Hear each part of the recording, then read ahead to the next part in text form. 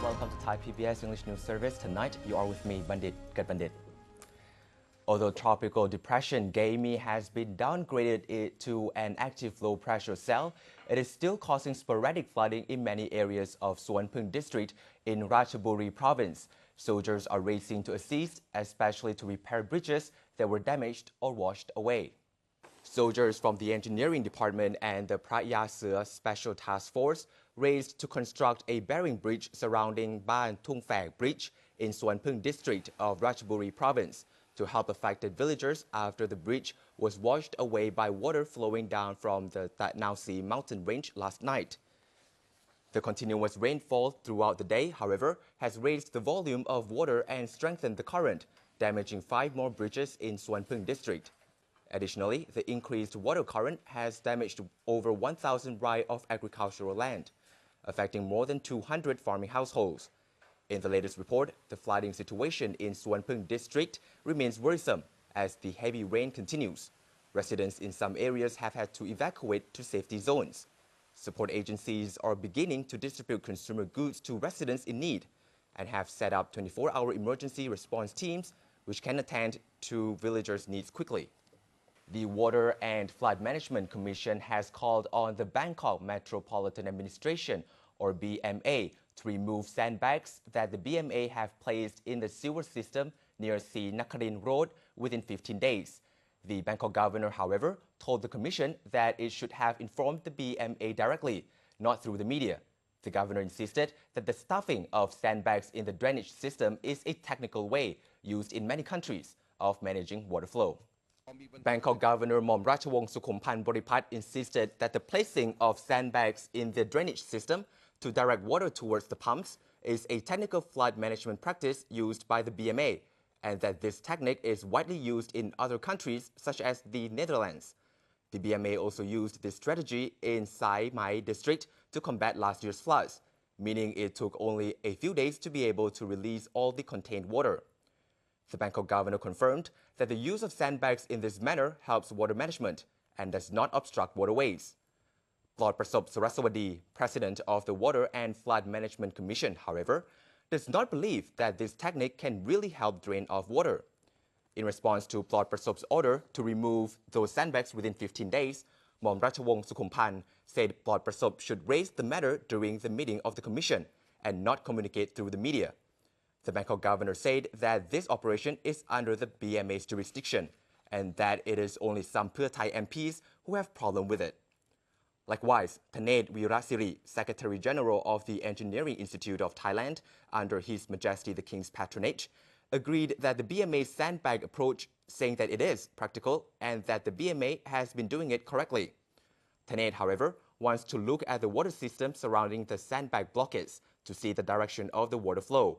He said that any criticism must be based on facts. To contain the water, then pump it out altogether, the BMA has placed sandbags in several of the city's drainage systems, including Si Nakarin Road, Soi Annex, the Royal Plaza, as well as South Sukhumvit, Ngam Bong Wan, Ram Khamhaeng, and Pahon Yotin roads. The police are now filing another premeditated murder charge against Dr. Supat Lauhawatana after a DNA test on a skeleton exhumed from Dr. Supat's orchard matched that of Ida's relative. Ida was one of the Burmese workers thought to have been killed by Dr. Supat. While the DNA match seems to point to Dr. Supat Lauhawatana as the alleged murderer, the police are still looking for the bodies of Samat Numtui and Orasa Kersap, a couple who are thought to have been shot dead by Dr. Supat. A backhoe was used to dig up more evidence in Dr. Supat's orchard, and mothers of Samat and Orasa have also been submerged for DNA tests. Police Colonel Pichai Pokpong, superintendent of Tha Mai Ruok Provincial Police Station, revealed that Dr. Supat's letter from his jail cell, which said that he was set up by his elder brother Suthep Lauhawatana, that he did not receive justice from the authorities and that witnesses had no clear evidence, has no bearing on the case. Dr. Supat also alleged that Sawang Numtui, the father of the missing Samat Numtui, used to work for his elder brother and hence might affect the case. Sawang, though, said that it is not true and that he was first introduced to Suthep the day he brought him to see his daughter-in-law's car in Nonthaburi province. in response to the comment made by Ek Lauha Watana, son of Dr. Supat, at a press conference that he has never been to his father's orchard. Sawang insisted that this is also not true, as there are witnesses to confirm that Ek has definitely been to the area. The National Broadcasting and Telecommunications Commission, or NBTC, has announced the names of the companies eligible to enter the bidding in the state auction of third generation or 3G wireless licenses next Tuesday. As widely speculated, the three private mobile giants successfully passed the preliminary hurdle. However, tomorrow, an independent telecommunications expert will launch a suit with the administrative court asking that the auction be suspended. After screening the bidders' qualifications since September 29th, the Office of the National Broadcasting and Telecommunications Commission, or NBTC, revealed today that AIS, DTAC, and TrueMove have all passed the first round of scrutiny. The actual auction of the 2100 MHz bandwidth for 3G technology will begin next Tuesday, the 16th, and conclude on Thursday, the 18th. The official results will be announced within 3 days of the auction close. The winner of the auction for 3G wireless licenses will be allowed to hold the concession for a period of 15 years. This Thursday, the NBTC will invite members of the press to inspect its headquarters, in which the actual bidding contest is to take place. A mock auction will be held on Friday in preparation for the official one. It is by no means certain, however, that the auction will take place as planned. Tomorrow, Anupap Tiralab, an independent telecommunications expert, will file a 6-count complaint with the administrative court. The complaint includes a demand that the auction be suspended. He argued that the terms of reference for the auction lack important details covering the protection of consumers' rights and details of how the Thai people will benefit from the sale of a public asset. The government has expressed its readiness to clear up any doubts currently being cast over the rice pledging scheme at either a general debate in the Senate or a censure motion in the House of Representatives. The chief opposition whip has confirmed that the opposition will launch a no-confidence motion this November. Meanwhile, Democrat MPs continue to insist that 1 million tons of rice have been lost under the government-to-government or G2G deals, though Deputy PM Chalerm Yubamrung noted that the opposition has yet to provide any proof to support the allegation. After the cabinet meeting today, Prime Minister Yingluck Shinawatra repeated that the rice pledging scheme is for the benefit of rice farmers, and that she was confident that the government will be able to clarify any doubts about the scheme at a general debate in the Senate or in censure debate in the House of Representatives. The Premier has asked Deputy Prime Minister Chalerm Yubamrung to thoroughly investigate any complaints and arrest those who are found guilty of corruption. Yingluck stressed that there has been no loss of rice under government-to-government or G2G deals, and that it is unable to provide final sales figures until the end of the year. Commerce Minister Bunsong Teriyapirom said that the government has pledged 21 million tons of unmilled rice and 11 million tons of milled rice, of which over 7 million tons have been sold under 6 G2G agreements. The remaining 4 million tons of milled rice will be traded as soon as possible. Meanwhile, Deputy Prime Minister Chalerm Yubamrung said that 25 individuals have been arrested for corruption valued at 307 million baht in the rice pledging program, in response to Democrat MP Ong Aat Klamphaiboon's allegation that almost 1 million tons of rice has been lost under G2G deals. Chalerm said that he has checked with Ong Aat and that there was no clear proof to support the allegation. The Deputy Premier said he will hold another meeting next week and that severe penalties will be imposed on those who are found to be involved in theft of state rice. As for the no-confidence motion, Jurin Lassanavisit, Chief Opposition Whip, said it should start at the beginning of November.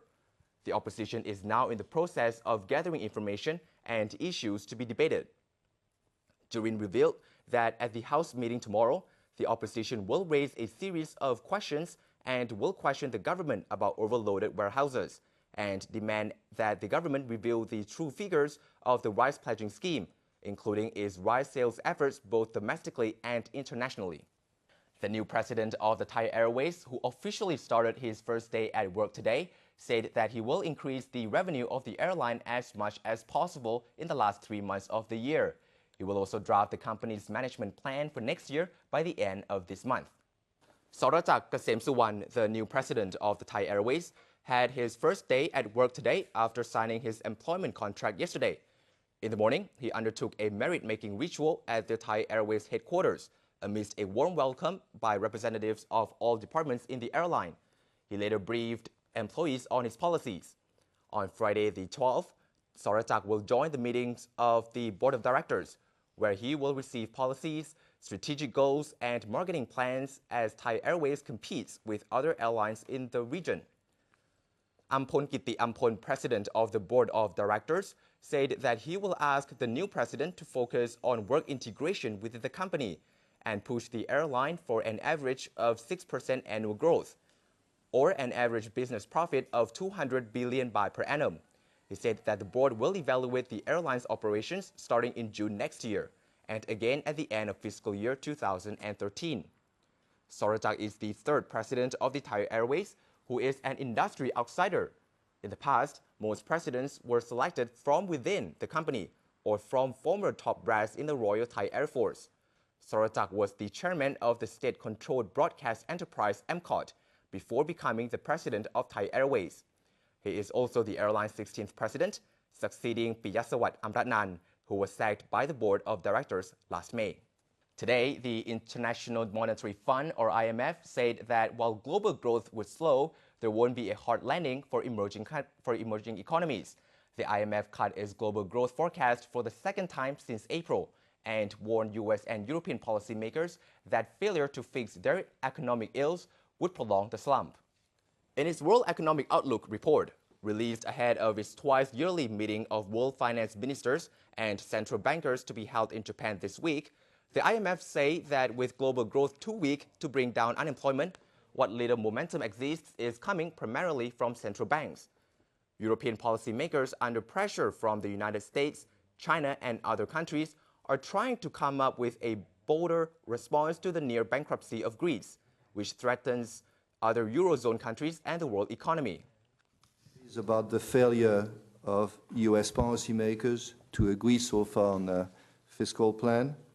There are worries about the ability of the Japanese policymakers to reduce sufficiently their budget deficit, and all appear to play an important role in weighing on demand and again on growth. Expectations for a twin slowdown in China and India led the IMF to shave its growth projections for developing Asia to 6.7% from 7.1% in July.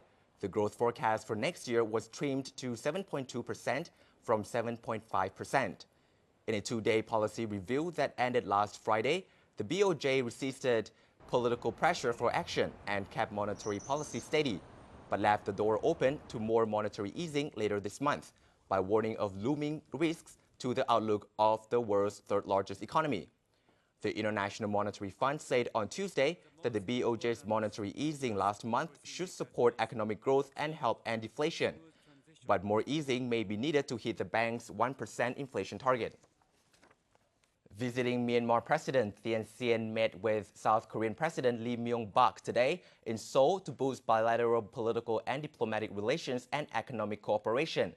Thein Sein, who arrived in South Korea yesterday, was greeted with a welcoming ceremony at the presidential Blue House with honor guards and children waving national flags of two countries. Here's more from Kun Hill Adams. South Korea's presidential office said the two leaders spoke about deepening relations in various sectors of the country's economies. South Korea, which has proposed investment of over $2.9 billion for 52 enterprises, is the fourth largest among about 30 foreign investor countries in Myanmar. Earlier in the day, the Myanmar president attended a luncheon with local business leaders in Seoul and called for more investment by South Korea's small and medium-sized firms.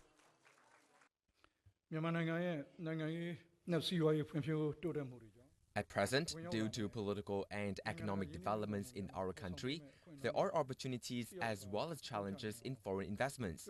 In this regard, SMEs, small and medium enterprises in Myanmar, should be prepared to face challenges, as well as effectively utilizing investment opportunities. Thus, we look forward to receiving necessary assistance and cooperation from KBIS, Korea Federation of Small and Medium Business. At the luncheon, the Myanmar Investment Commission, or MIC, and KBIS signed a letter of intent for South Korea's SME business expansion in Myanmar.